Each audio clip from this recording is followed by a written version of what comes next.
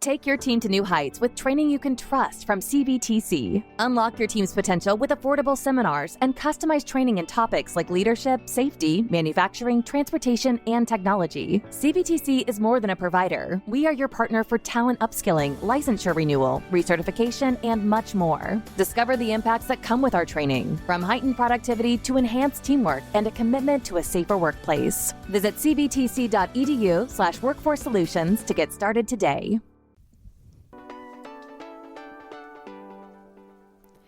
Well, hello and welcome to the latest edition of the Pablo Center podcast, Beyond the Stage, where we explore things that happen at Pablo Center, both on and off the stage. My name is Kathy Wright, and I am the Director of Talent and Booking at the Pablo Center. And today I'm so thrilled to be joined by one of my favorite humans, BJ Hollars. Welcome, BJ.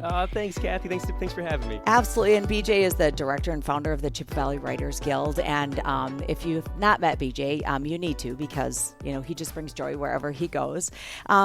BJ, I want to just volley it right over to you and introduce yourself and all of who you are, and then we'll get into some of the amazing things that you've done. Oh gosh, well, it's all collaborative. Anything good has happened because of a lot of good people in the room. But yeah, I'm a professor at UW Eau Claire. I run the Chippewa Valley Writers Guild. I helped found the Midwest Artists Academy, which has a nice kind of arts tie-in as well. And yeah, I'm an author of books. I write for the Sawdust Story series for the Leader Telegram, and I write for Volume 1. And yeah, so I just kind of live in a life of words as best I can. And did you grow up in the area? Are you a transplant? Tell me about how you ended up in Eau Claire, or if it was you were born at Sacred Heart Hospital is how you ended up in that. I was not born there. I'm very much a transplant. I remember when I was doing my interview, I thought it was pronounced Eau Claire, so that was a nice entrance to the place. No, I was born in Fort Wayne, Indiana. I went to graduate school in Tuscaloosa, Alabama, and I only mention that because a few years ago, my film partner and I were making this documentary, which I know we're supposed to talk about when rubber hit the road, and it's all about the tire plant here in Eau Claire. But the weird thing is, when I told folks in Alabama I was moving to Eau Claire, they said, "Oh, you're completing the tire triangle." I was like, "What does that mean?" Oh my gosh. And there's a triangle, apparently, where every time a tire plant would close, it would then move to one of these other locations or have some connection with it. And so all these transfers took place. So Fort Wayne has a tire plant. Tuscaloosa has a tire plant, and Eau Claire. And so all the people, it was just this weird, families would move with them. So I know people here that were originally from Fort Wayne or from Tuscaloosa. Gosh. It's just a strange, weird world. That is a strange world, Yeah. weird world. Yep. So, well, I'm so excited to have you here today because, we talk a lot about, people are very familiar with what happens on our stages here at Pablo Center. And something as I began my career here was understanding and learning all of the incredible things that happen off of our stages, because there's so much learning and there are so many things that are art in our community that I don't think we often think about as art. And, literary arts is one of those things. It doesn't necessarily hang on a wall, but it is art and it's beautiful. And so can you tell me a little bit about literary art and how it fits into the whole art world, and whether it be performing arts or visual arts, or how that all fits together? Yeah, it's kind of a beautiful puzzle in my mind. And what I love about writing is it is very accessible. And I mean, certainly that's true of a lot of arts. You can pick up some crayons and, draw a picture. But, if you've got a pencil and a piece of paper, you can get going on it. It doesn't take, any kind of special infrastructure to make it happen. You don't need to buy an instrument, for instance. But what I've learned growing up and still to this day is, there's something that's so appealing about starting with nothing and ending with something, and I remember my first time I ever tried to create anything. It was just a bunch of garbage I took from the recycle bin. I got some tape and I started gluing things together, and I don't even know what it was in the end, but just thinking, this has never been in the earth before, and it wouldn't have been here if I had not glued it together when I was 6 years old, and I just feel like that idea really resonated with me and art more generally, and writing's a way where you can, again, pick up that pen or go to your keyboard and just tell a story that perhaps will never have been told without you. And I think, as we talk through this, and I'm a reader of books, and I'm a reader of an actual book. I prefer a hardcover. I want to touch the paper. I don't want a Kindle. I have a friend that is a Kindle fanatic, and I look at screens enough. But to me, there's a joy in the texture and the feel and carrying that book around. I'm very particular about what font I want it in. And, and I think it's because I'm getting old and I don't want to have to put glasses on to read it. But tell me a little bit about, and I'm probably jumping way ahead in the conversation, but how has technology And, audiobooks or podcasting, the written word is still something that is so important. And I think about an experience I just had. I'm a huge Kenny Chesney fan. My country music roots just come through. And he just wrote a book, and I saved it for vacation because I wanted to read it on the beach where it should be read. And a friend of mine who's also a fanatic said, Kathy, I really want you to listen to the Audible version because Kenny actually narrates his story. And I said, I love that, and I will probably do that next. But for me, I needed to immerse myself with waves in the background and pages in front of me. And so how has literary arts changed with technology? And is it growing it? Is it changing? Obviously, it's changing it, but how do you reflect on that? That's a great question. I always tell people there's really no wrong way to read a book. Anything that will get people to crack it open or turn to the page on their phone, any way you want to do it works for me. I am certainly, and this was true even growing up, audiobooks. I used to have the old books on tape, and I would fall asleep to those every single night. And it was hard in those days because the tape would keep running. You'd be asleep. You never know where and then you you're like, where did I? It's like falling asleep during Netflix. Where did I quit? Right. Same deal. But now, you get 15 free hours with your Spotify account. You can download all kinds of stuff at Libby. I think for me, it's the audio seems to be kind of a wave of the future because it does give our eyes a rest for those of us who live our lives on screens, and it lets you walk, it lets you experience nature while you're doing it. And so for whatever reason, we live in this, time fractured world where there's never enough of it. But for me, audiobooks while moving my body is kind of that twofer, and just for me too, like if I'm stuck in a book or a project or whatever, just the motion, the active movement helps me kind of try to free up whatever's going on upstairs. And so audiobooks or podcasts or whatever you have it, they all are ways to kind of access it in a new way. That's an incredible way to think about that. I have friends that run to audiobooks, and to me, like if I'm exercising, there needs to be some sort of like 80s hairband happening behind me. And so I'm fascinated by someone who can work out to an audiobook. But I suppose there's a way you can immerse yourself in the story, and all of a sudden you've walked 6 miles and you don't even know. That's the beauty of it. Yeah. Maybe I need to rethink my exercise strategy at this point. Yeah, exactly. So tell me a little bit about Chippewa Valley Writers Guild and what that does and who's involved and tell me about that. Sure. Well, it's celebrating its 10th year this April. We're going to have a big event at Brewing Project. I think it'll be April 15th or so. We're not quite sure what it's going to look like, but just a chance to kind of get people together, whether you're a writer or a reader or just want to hang out. All are welcome. We kind of started this thing, again, 10 years ago. I would just get email after email from people saying, hey, I wrote this novel. I want you to give me some feedback. Or, hey, I want to write this novel. Can you help me out? And I always wanted to help, but it just became insurmountable. It's just a lot of books to try to read in addition to the jobs and everything else. And so I really like the guild mentality. Let's all bring something to the table and see how we can help each other. And so it kind of started there. We had a big meeting at the local store one night, and 100 plus people showed up. And everyone just wanted to be a part of it. It was just incredible. And so we kind of has evolved over the years, but we were doing monthly craft talks for a while, just kind of helping to refine what we're doing. Then we started getting into the retreat business. So doing all kinds of writers retreats. We had various variations of that over the years. And then we partnered with Barstow and Grand, which was recently the recipient of a major $25,000 gift from Jeannie Faust in honor of her late husband, Brady Faust. So that's another way we can kind of work together to get words into the world. But beyond all that, I mean, we've worked with actors locally and written radio dramas and performed those and recorded those. We've done things like the 6x6 reading series where every writer got 6 minutes, there were 6 of them, to read on a particular theme, and then they would never be able to read as part of this series again. So it was kind of a cool way to always get new people to the mic. Right now we're doing something called the Rough Draft Reading Series at Two Roots once every month or so. Just people who want to share something that's rough, just like new stuff you wrote, you're going to get a clap, it's going to be great. And so we're always kind of changing what we do.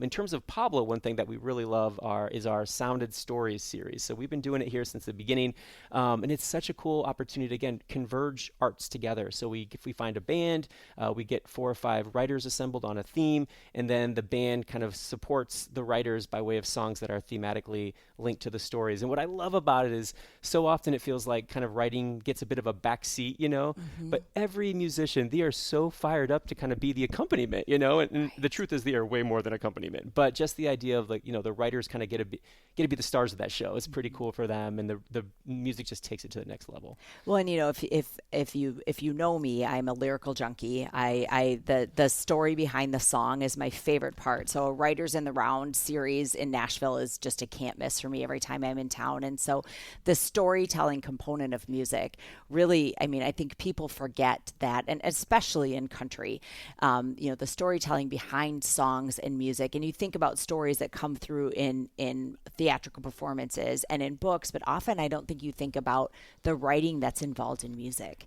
And, as I listen to, there's a great podcast, I think it's called like 10 Second Town or something, and it's all writers in Nashville.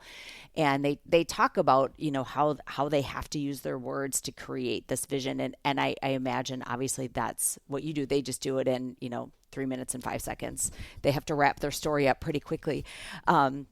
But I think on the Chippewa Valley Writers Guild, there's camaraderie, and really it's just coming together, right, of writers. And that's it. And to your lyrical point, first off, absolutely. Yeah, I can't tell you how much I'm also that junkie and how much I enjoy getting, especially local musicians, talking about where it came from. And, they'll point to the river and say, that lyric came from that river, and it's yes. it's cool to know that. I was at a Writers in the Round a couple years ago, and it was the song Barefoot Blue Jean Night by Jake Owen, and there's a line in it, "We are shining like lighters in the dark in the middle of a rock show." And I was listening to the songwriting, and he said, I wrote that line in 1992 at a U2 concert. And I was like, that was the Achtung Baby tour, and I was at that tour. And it was lighters in the dark in the middle of a rock show during U2's One. Like I experienced the moment where he formed that lyric as a 23-year-old, right? So the power of words is incredible. Yeah. We're not just writing books or articles or whatever. We're writing songs, we're writing movies, we're writing TV shows, we're writing the placards next to the visual art. We're putting the show together. We're writing the grant that pays for all the stuff. And so I think the power of writing is just, it extends beyond any one art form. And that's the beauty of it for me. I love that. And as a professor, and probably the thing that we're all staring down the barrel of is AI. Oh, yeah. So talk to me, because I have found AI to make me a better writer, because sometimes I just need the polish, but I watch my son, I fear that it's not a polish, it's a beginning, right? So talk to me about, as a professor, and maybe you can elaborate on what classes you're teaching right now, but how are you seeing writing in our youth, and is that changing? Oh, yeah. In ways I can't even describe, And so faster than we can see. And faster than we can see, or faster we can police. And we're all kind of frantically trying to figure out what's the way forward. How can it be a support rather than the thing itself? How do we maintain critical thinking skills while also embracing what we can from it? And so it's pretty scary because it's just, the allure of it is right there, and it's so easy, and anyone can do it, and you're done in 5 minutes. Then you can go back to play your video games, But I think what people forget, especially young people, is that what you're losing there you're not gaining time, you're losing skills that at some point will be vital, but making that case to, an 18-year-old who wants to get back to the game is a tough sell. I've had to yes, we've got all the turnitin.com business, but I really just try to appeal to them on a personal level and be like, look, this is what I've given my whole life to, and I will sit with you for as long as it takes. And if you need an extension, you can get it, but we've got to do this authentically, because you're going to go to bed at night and you're going to feel proud of yourself for crafting that line that no other human or robot could have done. You are the only one with your life experiences who could have brought that line to life. The lighters and the concert in the night, no one, a computer can give you a version of that, but there's no heart to it, and so believe it or not, sometimes that works. I haven't had a huge issue with it, even in my intro level classes, just because I think we all know we're in it together. We recognize the threat. We can use it in certain ways, perhaps, but if we're in the room together, writing together, looking over shoulders to help, how do we refine the line? There's again, it goes back to that creation idea with my, little trash, whatever I was making. It's just like when you can have the pride of having made it yourself, that's pretty special. Other side of that, of course, is, I sometimes use it myself for fact checking, or like, how would you describe this particular landscape? I couldn't remember what place I was and what kind of plants might live there. And then, so you could just get that on the internet as well, but sometimes ChatGPT can give it to you faster. I'm not copying and pasting the exact words, but I'll then grab that flora or fauna from that location. I'll look at some photos. I'll try to recreate as best I can. So yeah, I see the tool purposes, but a lot of my books, almost all of them were stolen by, AI, and, no one asked permission. There's all kinds of lawsuits happening right now. And it's just, that's insane. It's a devastating thing to see your name on the list of all the books that were taken. And what's funny about it though, is when my kids want to use it and say roast BJ Hollars. Oh my gosh. Oh my gosh. So much. It's got so I much never even on me. thought about that. And what's funny is they can roast you at like a starter level, and then it's like, would you like us to go harder? I'm like, what? And it's got my number down cold. It was like, my daughter was like, are you okay? I'm like, I'm okay. But it was so funny how just because it had everything I've ever written online. Oh my gosh. And it knew my every pressure point, and it just went at it. It was hilarious. Wow. So, yeah. That's like 40 years of therapy over in 7 seconds. That's a good point. I should have thought that through before I clicked the button. Yeah. Add that to your lawsuit. I need therapy to recover from what you just said about me. It's it's interesting, and I always think about voice, right? Yeah. And as a marketer, we talk so often about your voice, and we think about our personal voices, but we also think about our brand voices, and you can't teach AI how to do that. It gets okay, but it's not great, right? And I have to giggle because my husband has to give a graduation speech every year, and I'm probably throwing him under the bus, but he's not a great writer. And he's not a great speaker, and I'm a great writer and a great speaker, and I'm not good at math. He is, and so this year I put his speech into AI, and it came out, and I was like, words he'd never say, words he'd never say, words he'd never say, and but it created a little bit of a connection between how I would say it and how he would say it, but then.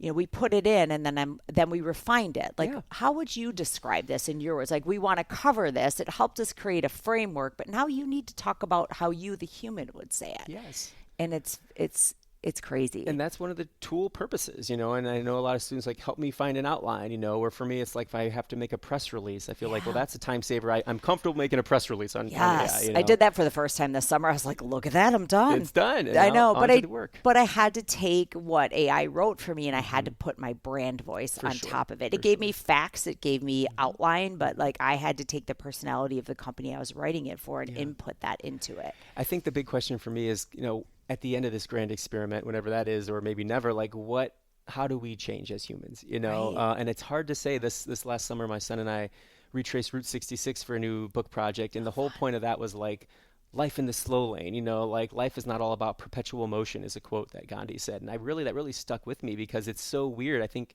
21st century, we are committed to the interstate. We have to go 80 miles an hour and get to our destination as fast as we can. But what we lose is we don't stop at the diner. We don't talk to the person next to us. And when we don't do that, then the partisanship stuff starts flying at us from all directions. And there's something about a human talking to a human at a stool in conversation. Tell me about your kids, finding that common ground that is just a lost art. And I worry AI will be a technological equivalent of that, where we just forget what it's like to do the work to craft the line or have the original thought. And only time will tell, because we think we're saving time, but at what cost? What are we really doing with that time we're saving? I drive by Haymarket Landing every morning on my way to work, and the students are waiting to get on the bus, and every single one of them is staring at their phone. I'm like, hey, look up and talk to the guy that lives next door to you. Like there's connection in all of that. And, I see it in my own child, do me a favor and just look up. Just look up. And talk to the person next to you. And maybe you find out you have this really interesting bond you didn't even know existed. And so we could talk for days about that. But I want to talk about a couple things. One, you co-wrote a documentary, directed and co-produced this when rubber hit the road. And we were so honored to show it here at the Pablo Center, which is one of the greatest movie theaters in the world. Tell us about that project. Well, first of all, that night, our premiere night here at Pablo was probably the most powerful professional experience of my life. I mean, what was so cool about that was not only that we sold out the RCU theater, which was just incredible, but there was a moment when all the former tire plant employees got this standing ovation. And they've been waiting 30 years to be recognized in some way. A lot of those folks said that they walked in the Pablo for the first time that night. Oh my gosh. Then to be the stars of that show was just incredible. Well, and that was a trauma that, before trauma was a word, right? Like that was a traumatic experience for so many people that didn't really ever have time to grieve or process the loss of their careers, their pensions, their life, right? Correct. that came up again and again. And to this day, some of them still have it, I mean, there's a rawness that's continued. But then there are others who found ways to move on, next chapter, these sorts of things. So the short version is, my film partner Steve Dayton and I just figured out, what's the story that we are uniquely qualified to tell, what's happening in our own backyard. And of course, the Uniroyal story was huge for Eau Claire. And we drive by Banbury a couple times a day and never quite know the story of what happened there. We figured out what archival resources were available, who was still in town, who would talk to us. And the more we got to know the tire workers, they called themselves the Rubberheads. It just became this match made in heaven. Like, I love these guys and gals. And it's just, we really connected in an authentic way, and they just opened up. And there's stories, I have a dear friend of mine that worked there, and when the rubber hit the road, he actually was contracted by a company in China that bought the machine that he ran here. And so he would spend 6 weeks on and 6 weeks off. So 6 weeks in China and 6 weeks here. And that's a part of his story that I never even knew. And here he's lived, he would talk the day he brought popcorn to China. They'd never seen it before. And watching the people in the restaurant, see popcorn pop, they took the lid off and let it pop all over the kitchen. But, it is, and that's such a cool way to see how a story turns into something written, turns into something that we can watch on a movie theater. So all these different forms of communication that this story's been told, and really cool. And you do some really great things here in the summer. Artist Academy. Tell us about that. Yeah, the Midwest Artist Academy. Well, thank goodness my dear friend Arthur Grothe is now running that show. He's the director these days. But I started it with some great friends 5 or 6 years ago. In the middle of COVID, it was a tough time to get going. But yeah, it's a pre-college experience on the UW Eau Claire campus for 14 to 18-year-old artists in 5 disciplines. So visual art, music, theater, dance, and creative writing. So these primarily high school age students. They're from all over the country. Most of them, I would say, about half are from the region. They spend their mornings in kind of cohorts of 10 working within their discipline.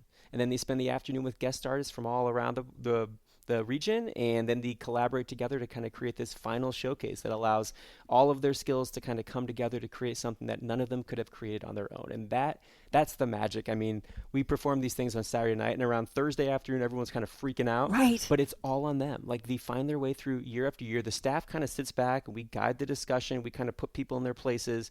But these, and in terms of not like put them in their place, but, put them in their groups and cohorts. Right. And then the students the young artists rather, they just find their way through every year. And it is so exciting to watch young people compromise and work together and collaborate. And it just reaffirms all the things that scare me about AI. When you put people together in a room without all the technology, they can still pull off something pretty cool. Well, and I think that's such an important lesson for them to learn, especially in that pre-college time, right? Yes, So yes. when they get to college and they really don't know how to collaborate, there's somebody in the group, hopefully, that was like, hey, I did this thing this summer, and here's how we collaborated. Yes. We did it in college because we had to. Like, we needed to form a study group because turns out I can't do statistics. But I love that it creates a connection. Sure. And teaches them how to look to their peers. Yes. And it's not a it's a vulnerability, but it's good. And what makes Eau Claire so cool for me is that when you need help, when you need to find that collaborator, when I need a musician, it's usually a text or a phone call, and let's make it happen. There's not so much red tape that it can't occur. And I just love that. If I need a musician, I've got Soren staff who will take my calls, regularly. Right. It's just so cool to have people of that level who want to participate in not only the connection, but the creation of something that's not just about their art, but about various arts coming together. And that's what the Midwest Artist Academy is all about. I think as I'm learning more about everything that happens here, I kind of refer to this as the Eau Claire Underground, because there's this whole community of people that the majority of Eau Claire doesn't know anything about. And that's what I love about these conversations, because, if you're sitting at home going, I've always wanted to write my grandmother's story.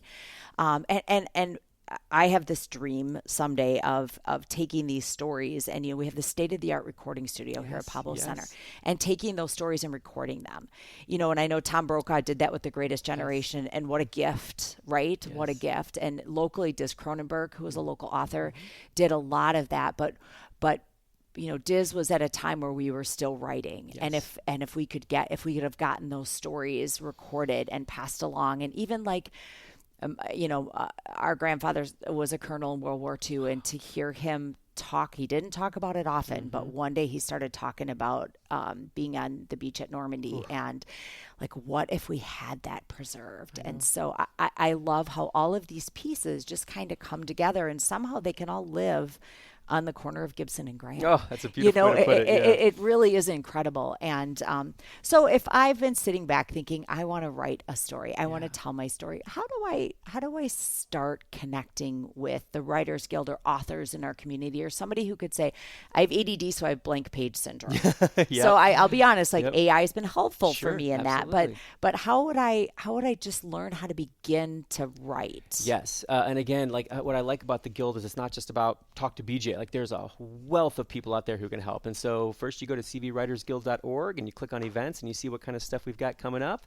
You can follow us on social media, see what kind of gatherings we have coming up. We generally try to do at least one thing a month, and it's usually pretty unique. It's always something a little special, a little different, but just showing up, just introducing yourself to the other writers who are kind of doing the same thing you are, that's huge. I think the problem is when someone, emails someone and says, hey, I got this novel, I want feedback tomorrow. Like, that's not how this works. This has to be a collaborative experience where you go to the thing, you show up for other people, you meet the friend, and suddenly you've got a friend who wants to exchange work with you in an even-handed way, And so that's how I think you get better as a writer. You start by just showing up to the event and saying, I want to be a part of this. Who do I meet? If you want a little more structure, come to our retreats. We hold 3 or 4 retreats a year. They're all sold out at the moment. Our next one's at the Oxbow in January. But that's a really fun one. It's an overnight. It's a 2-dayer. We always bring in a writer in residence from out of town to kind of keep it fresh. But we also have something called the 12-hour retreats, which happen 2 or 3 times a year at Forage right here in town. It's perfect for locals. It's like $100 or so, and you got 12 hours with instruction and all your meals taken care of in a great space. You all write feverishly together. You get some feedback, meet with various folks, and then at the end of the evening, if you so choose, we have a free public reading, and you read 4 or 5 minutes, and it's just such a cool thing to start with a blank page and end with something you are celebrating that night. And it's not intimidating. I would guess this is a pretty welcoming group. It's a low bar. I mean, all we care about is that you show up and you try, and that's just beautiful. I cannot tell you how impressed I am every time we've done these retreats, because people come at it from a place of humility, and everyone's there because they want to improve or they want the time and space to write their thing, and that's what we provide. We're not going to give you a million tips. We'll give you a little feedback, but we're going to give you fellowship. We're going to give you a community, and we're going to cheer for you at the top of our lungs when you get up there and share your piece. So as a lover of the literary arts, and we're raising a generation that's a little different, what advice would you have to parents? Oh gosh, I need that advice in my own household too. I know. It's a battle. It's my own battle to put the phone down. It's my own battle too. Right? It really is, and that's why I'm so glad for different forms of reading. We talked about the audiobooks, or even I recently bought a Kindle. It's not my preference, but on the move, in a pinch, it's another way to kind of access it. But I think the truth is we are all losing our attention spans. I think I just read something like we're now at, 4 or 5 seconds, which is less than a goldfish. So the fact that the human attention span is less than a goldfish, and then we have to actively fight to bring it back, that's a tough sell. It's a tough spell for a middle school kid in particular. I know that well. But I think you got to meet them where they are, So maybe it is the audiobook. Maybe it's lyrics. Maybe it's music. Maybe it's podcast. Maybe it's graphic novel. I mean, there's a lot of ways you can read, broadly using that term, So I think you find out what their interests are and you build from there rather than try to, force feed what you did, what you liked, because that has never worked for me. And I think we got to be thinking of new paths forward in that way. I think there was such a beautiful thing that happened during the Harry Potter and Lord of the Rings time, right? Because every child was nose deep in this book that had 1,000 pages because they needed to finish it before the movie came out. And it like brought our kids back to reading and the book and understanding the conversation of, I read the book, now I'm seeing the movie, right? And so I loved watching that unfold with our kids. And I feel like we need, somebody needs to contract a movie studio to be like, hey, get after this so that we can read it first. And really that, because we live in that society where everything is just so instant. I know we did, our book club read Where the Crawdads Sing. And so, patiently waiting because we had to finish it because the movie was coming out. So how, trying to find ways to be like, I promise you read the book first. I promise you. And having that conversation with your kids afterwards about what did you see different between the two. And, I mean, I talk to my friends about this a lot. I worked at an independent bookstore in high school, and so I was there at those midnight midnight reveals of the Harry Potter book. I remember Harry Potter 5 coming out, and there I was wheeling out the books, and people are like pulling at my clothing like I was the Rolling Stones. Like they were just Amazing. so desperate to get the book. And now, of course, like it will automatically download, and you wake up and there it is on your Kindle. And it's just, you miss the community. No one's dressing up when you just wake up and click on your Kindle, you know? So I just pray for a way to get back to a place someday where, you know, the right book at the right moment for the right group of folks, and they're all showing up at midnight, just celebrating how excited they are to fly through that book by morning. You know, that is such a joy. Right. Well, vinyl has made its return. It right. has. We are lining up at record stores. Yep. I don't know if I'll ever camp out night for back to the U2 concert. Sure. You know, we camped out at Macy's for well, it would have been Dayton's for those tickets, but you know, maybe there's a time where we come back to vinyl and we come back to waiting in line overnight for a book, and that's a beautiful thing. And again, as I look down, I'm very particular about the paper I write on and the pens that I use. Like I love the feel of that. Well, all of that goes back to the AI, because AI will give you a product, but it will rob you of an experience. And I feel like that's what we can get at the bookstore midnight reveal. That's what we get at the vinyl record store day. I mean, it's the experience of the person you meet along the way, the conversation you have, not only what you leave with, but what you've given to that experience too. Yeah, I remember I still am a big John Grisham fan, you know, so I had to buy the hardcover the day it came out, and I would take the jacket off so that it didn't get ruined, and then I have them all on a bookshelf in my house. And, you know, and I keep looking at them going, God, do I just put those away? But that encapsulates a time in my life, and it reminds me that slow down, read. You know, find yourself in that book, shut the background noise off, and just, you know, put a fire in the fireplace and read your book. I always think of, like, you know, if I'm watching a show on Netflix, it's like I'm eating a Cheeto or something. Yeah. But when I read a book, it's like an organic salad. Like my body feels better knowing I put something good in it, you know, and that's what reading does for me. Yeah, I giggle. My husband reads to find out who did it, right? Sure. So we'll be on vacation, and I'll read a novel, and then he'll read it, and I'll be like, "What do you think this character looked like?" And he's like, "What are you even talking about?" I'm like, "Do you think they were tall? Do you think they were short? Like, how did you build this character in your mind?" And he just slow blinks at me like, Kathy, I just wanted to know who committed the crime at the end of the book. So it is very interesting. But I love how storytelling really can take so many different forms, and that writing really is the beginning of any story, whether it be music, theater. Any form of art really starts with words. And I love that our Writers Guild is here, and it's so open to everyone. So Chippewa Valley Writers Guild.org. Okay. CV Writers Guild.org. CV, I was just going to say, do we have to write Chippewa? So CVWritersGuild.org is where we start. Sure. And don't be afraid. Don't be intimidated. Just show up. And meet some people, even if you don't ever put a pen to paper, at least begin to appreciate the beauty that comes in that. And one last thing I want to mention, you just won a huge award. Yeah. My film partner and I won an Upper Midwest Emmy for our documentary about Eau Claire and the tire factory. It was so unexpected. I mean, when he sent me the text at 11 o'clock at night, I thought he was joking. I didn't even believe it. We didn't even show up to the award ceremony because we were so sure we didn't have a chance in the world. But sometimes you get lucky. Congratulations. It goes back to this Eau Claire underground of these incredible humans that live here that we don't even know about and don't even credit yourself with, right? You know, you're like, I didn't think I was going to win it. Right. And you're so humble about it. We were joking, I think, a couple days after you won the award. You're like, oh, yeah. I'm like, just so you know, I would have had a T-shirt made that said, ask me about my Upper Midwest Emmy. So anyway, BJ, it's always a pleasure to spend time with you. And thank you for sharing your love of the literary arts. And we look forward to seeing you down the road. Well, thank you for kind of taking the underground and bringing it to the Pablo. Everyone has a space. It's wonderful. Appreciate it. Thank you.